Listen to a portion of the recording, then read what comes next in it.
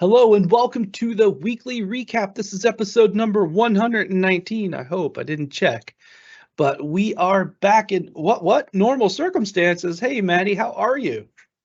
Hey, Rick, I'm doing all right. We are back from Prague. We were there just last week, right? We had some productive meetings in there going on. We had the PM, cast and teams there, and we had our special edition, recap special edition with Hannes and Fabian. That was really great. It was a good week overall, but now, as you said, back to normal. Working on some VeeamON stuff and getting ready for the VeeamON, which is in 3 weeks, less than 3 weeks. Don't freak me out. Yes, it's coming up so soon. Less than 3 weeks. So exactly 3 weeks from yesterday when we record. So we're recording on Wednesday the 3rd.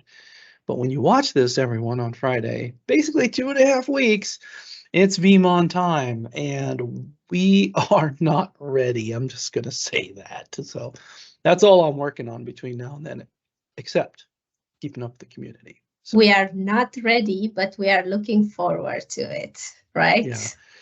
It's going to be awesome, and we'll talk about that here in a bit. We can actually start early with that. But man, Maddie, we've got a massive list of content. You ready to jump in?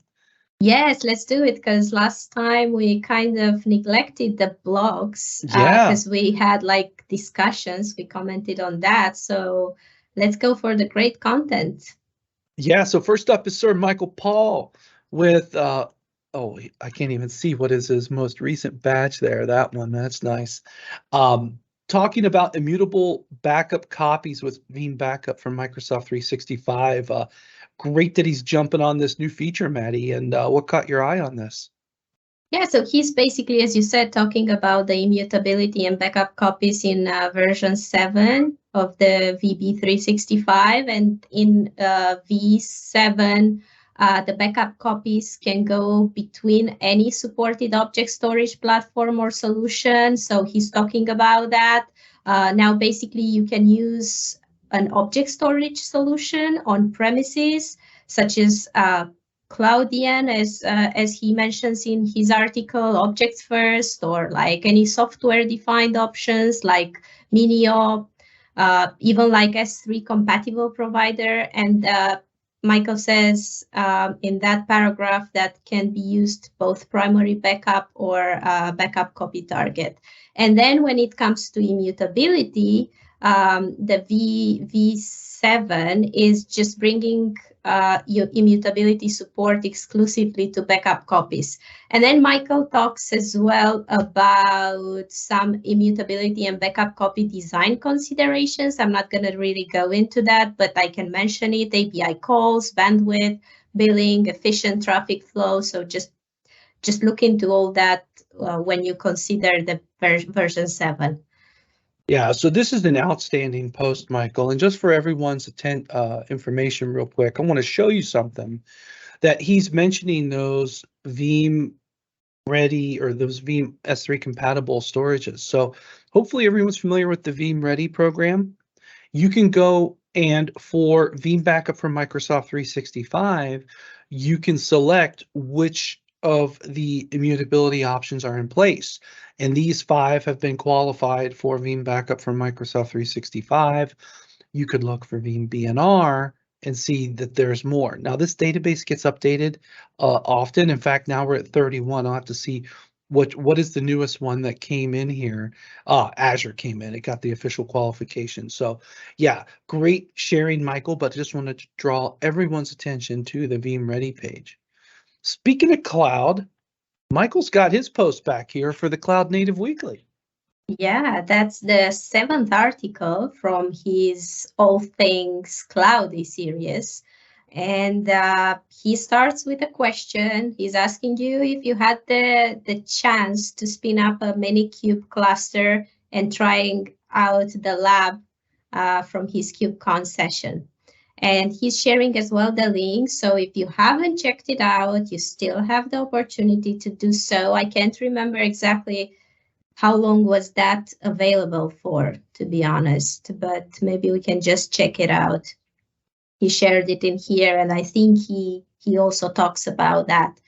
But I assume it's going to still be available for a while. And then he's promising to you, Rick, actually, and Josh, that he's going to have his slides ready for VeeamON, as you can see in the second paragraph, which is really funny. And then he's also letting us know about an important event that he's going to attend in London. Apparently, this is going to be the first in-person event for WTF is Shri. So this is going to take place on the 5th of May, 2023. And as per Michael, this is going to be really great, and it has like he gives us an explanation of what the site reliability engineering is, and like some roles that are dealing with this. So I don't know, maybe you want to talk more about it, Rick. Yeah, so Michael spoke a little bit about this on our internal team call, and in the end, it's a new type of admin. That's what a SRE or a site reliability engineer ultimately is, and who they work for type of thing. It's great modernization of the title. I love this look and feel of the event just by this much. I truly hope they have some fun with it. So Michael, we really want to know, give me a trip report. Do like Julia would, right? Make a video and all that. Like, let us know. Take us there without going there. How is that event? So I think that looks great. That's that looks like pure community, if you ask me, Maddie. Yeah, it looks really good. And then there is another event that Michael is going to attend, which is the week after. I think it's the 15th, if I'm not mistaken, because I'm going to be in San Francisco, and I think he's going to be in Toronto for the Cube Huddle, where he's going to be joined by Julia.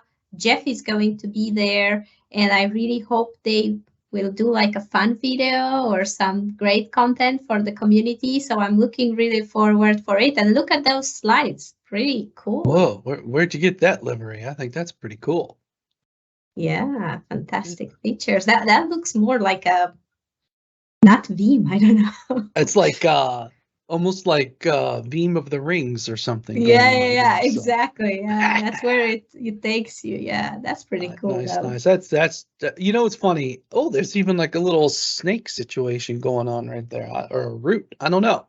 Maybe that's a hint. I'll just leave it there. Or a dragon, a serpent, maybe. Yeah. Have a great couple of events, Michael, and I'm gonna call you out on something. He said, just don't tell Josh or Rick. He said, so Rick, what do you think if I just went all Apple iPad whiteboard for one of my sessions? And I'm like, well, that's one way to get around the PowerPoint deadline, but I like it. So we'll see how it goes. All right, now community, we need your help, right? Michael Melder's got a question here, and we need some help on some answers. What do you think, Maddie?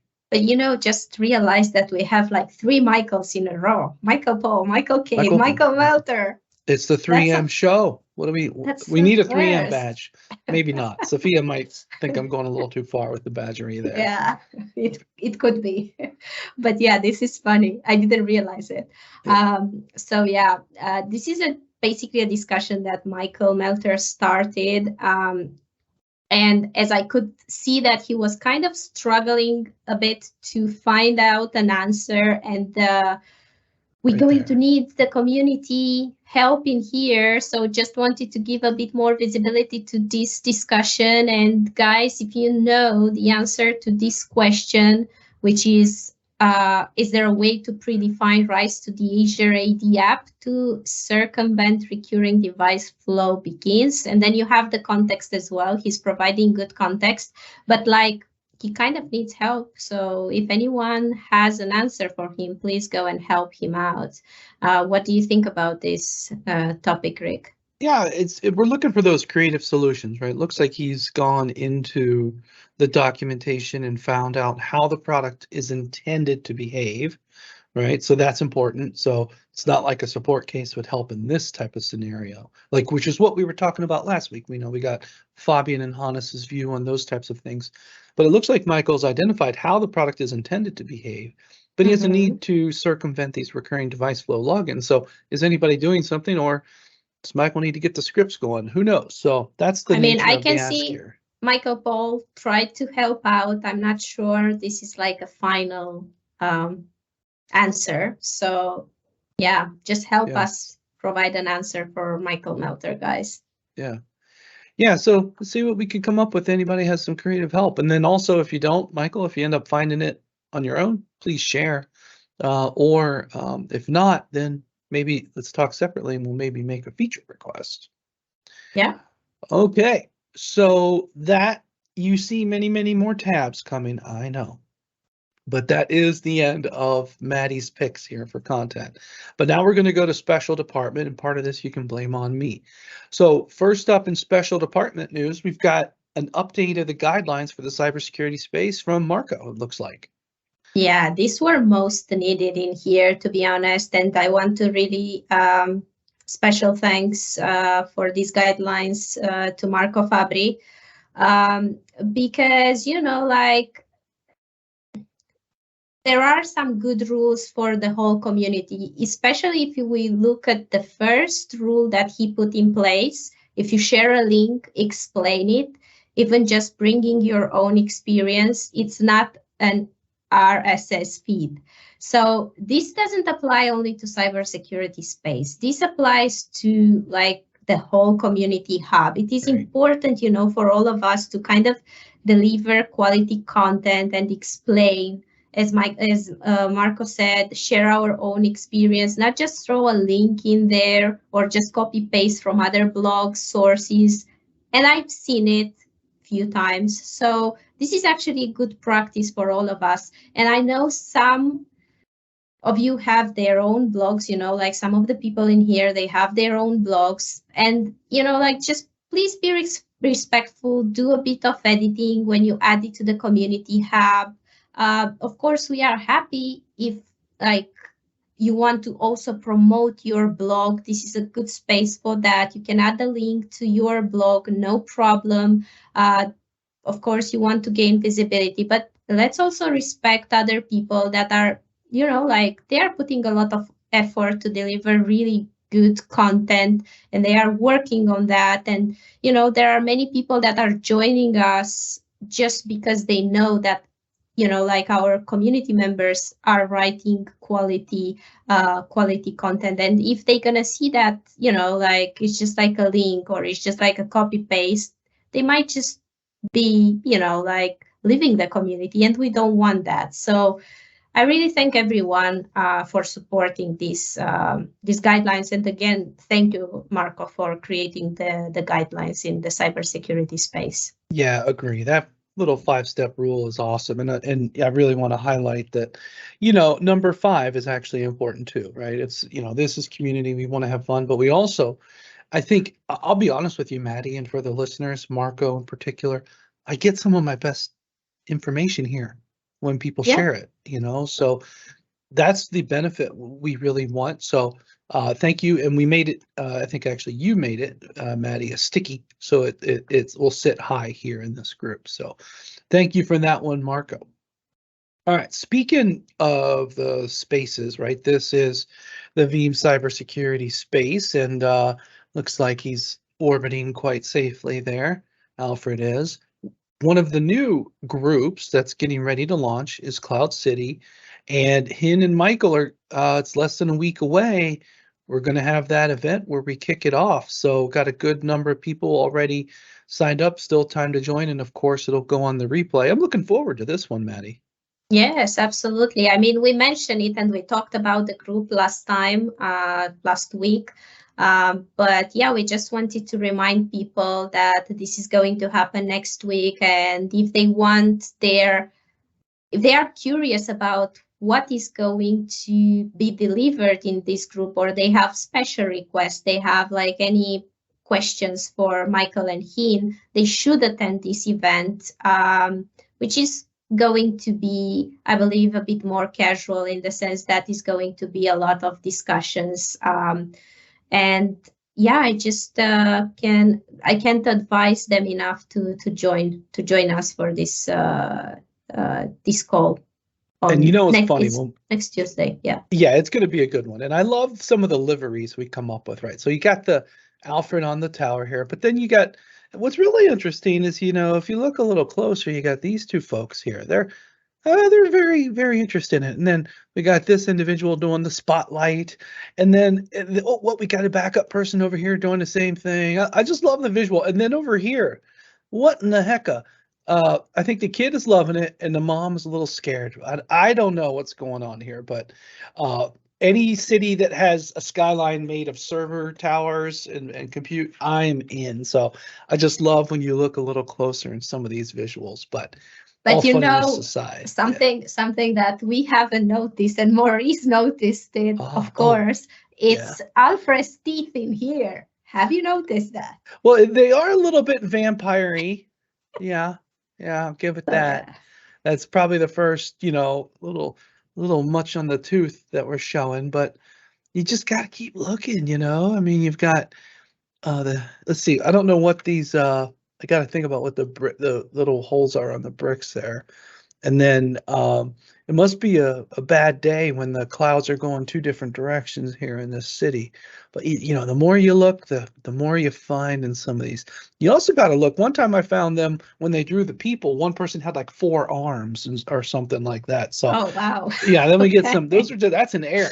But I just love. We are in a fantasy world in here where you have Alfred that is kind of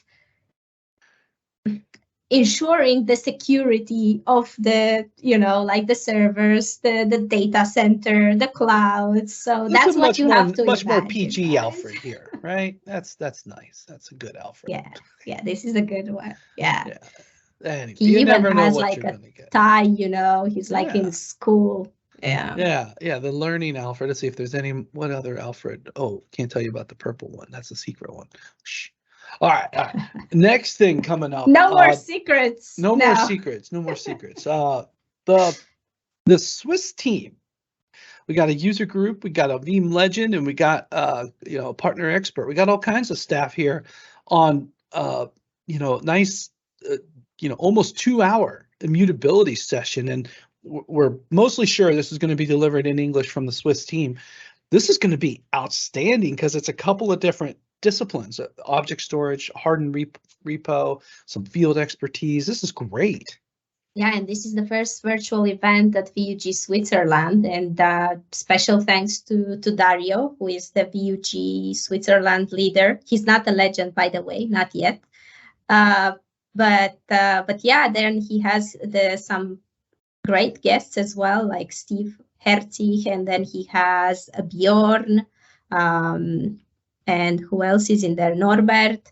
And yeah, it has an agenda, and I believe this event is going to be in English, but, you know, like, I want Dario to confirm it. Please, Dario, confirm it for us in the comments. So is this going to be in English delivered, or is this going to be in German? We see some people that register that are from different parts of the world. So let us know, please. Yeah, and if you know, and if you want to do it again in German and again in English, we'll support you for that, Dario, for sure. Absolutely, yes. Yeah, and this is a great lineup here. And what I really like about this is, you know, 3/4 of the topic are not from Veeam. You know, Steve's involved. You know, he's the one person from Veeam, but really this is the spirit of a user group and the community. So thank you, Dario. Thank you, Steve. Thank you, Norbert. Thank you, Bjorn. This is going to be a great event. So really appreciate the depth and the breadth of coverage that you have here, because, you know, immutability is a long conversation. Which way do people want to go? And it looks like you guys are going to cover it all. So I'm really happy for this one. Good stuff. Yep, looking forward to it. All right. So last month, Manny, you went on the path of getting a poll for blog of the month. You had 5 choices: Shane, Michael, Nico, Christian, Scott. That's Scott, and Jeff. Yeah. And you ready to announce the winner? all great content in there. We already announced Oh, it, we already did. Okay, but yes, but we have the blog of the month, April winner, which is Shane. So congratulations, Shane. This is a very good article that we actually discussed in the recap a couple of weeks ago, I believe, Veeam V12 hidden nuggets you may not have known about. So I'm looking forward to see who's going to win May competition. We'll have to So see. You know, you could steal some VeeamON previews, some VeeamON recaps, some VeeamON highlights, whatever you want to do. I have a yes, feeling VeeamON might be the thing to work. it could Congratulations, be. Shane. This is great. This was an outstanding post, Shane. So thank you so much. Absolutely. And yeah, just a message for the community. Keep on delivering great content so we can select your blog too. Indeed. All right, next piece of special department news comes from me, actually. I've identified KB 2443 as one that many environments should give a look at. And it's an updated matrix. Now, this is not a new blog KB article, but we update it with platform support for VMware environments.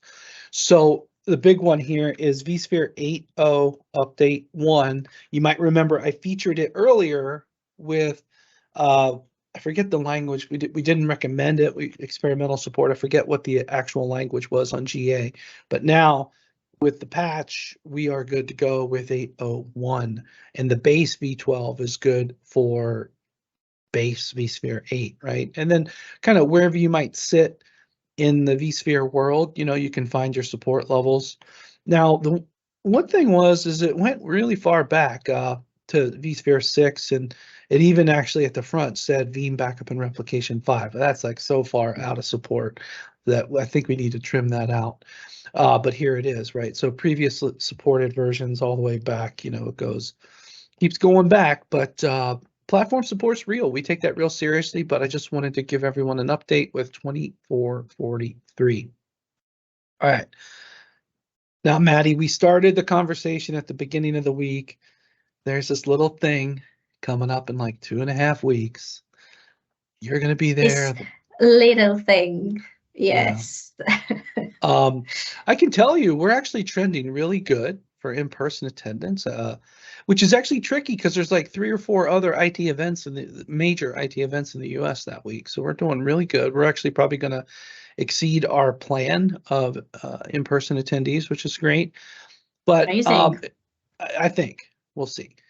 Now, the one thing I'll highlight is that, you know, if you're not going to the Miami experience, that's okay. These are kind of the really high level kind of learning journeys that you can see, which aligns to our products and ecosystems, right? So it makes sense.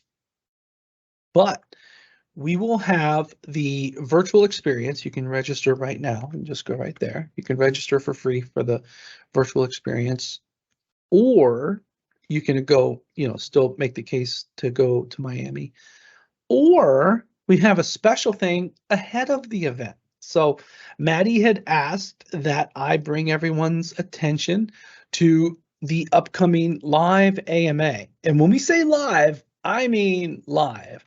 We're going to have Danny Allen, my boss. We're going to have a number of the technologist team. Are we ready? This is going to be kind of fun, and you know, we have a good amount of pre-reg for this, but this has always been one of those like vehicles that we never know how it's going to go because it's truly live, and it's an Ask Me Anything, and we'll have to see. But are you going to attend this one? We have to share. Yeah, I will. Yeah. We have to share actually this link.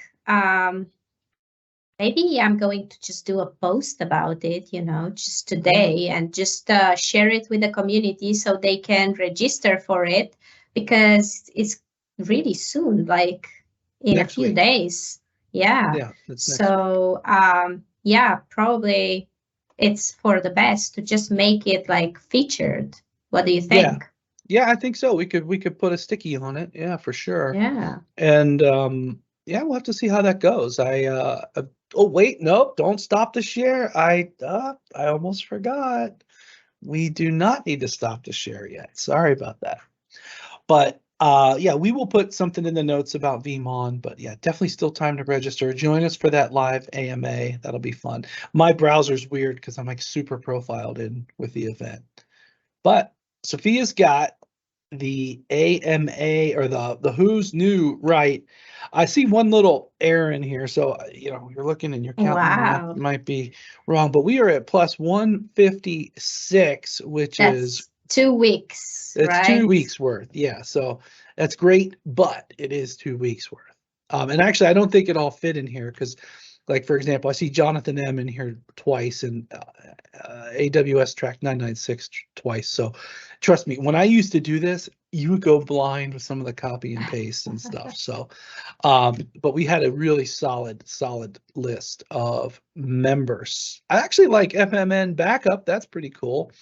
But let's see, who did Sophia pick as coolest usernames for the week? So we have 6 of them. Be Digital, that's tight. Username, that's hilarious. Doc It is. Holiday, Darning Tonga, and 2 Envision. So those are pretty cool. Now we're going to go to Alfred's pick. Friends, attendees, audience. I am very far removed from cool social elements, but her coolest pick is McLovin. And I'm like, what is up with the Hawaii driver's license? And Maddie, did you know this whole story? I saw it in the chat, but I didn't know about it. So cool stuff, Sophia. That's so funny. Well, I am not up to date on things, but apparently there is a movie, like a theatrical movie called Superbad, and one of the characters had a fake ID and it was McLovin. So maybe that is where Veeam Community Hub username McLovin got his or her idea. But I think it was hilarious. But he should let us know. She should let us know. Definitely, please advise. And the glasses are a nice touch. I don't know how Sophia did that, but oh, I think she's having a lot of fun with Canva since she discovered that. So discovered a graphical tool. Yeah, you don't know Canva.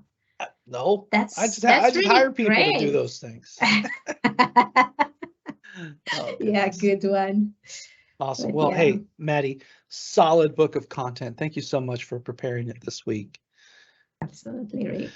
All right, everyone. Thank you, Sophia, for the Who's New. Thank you all for watching. We get talking, we go long. Busy week. We'll be back next week, I think, under normal circumstances as well. Have a great weekend. Should be.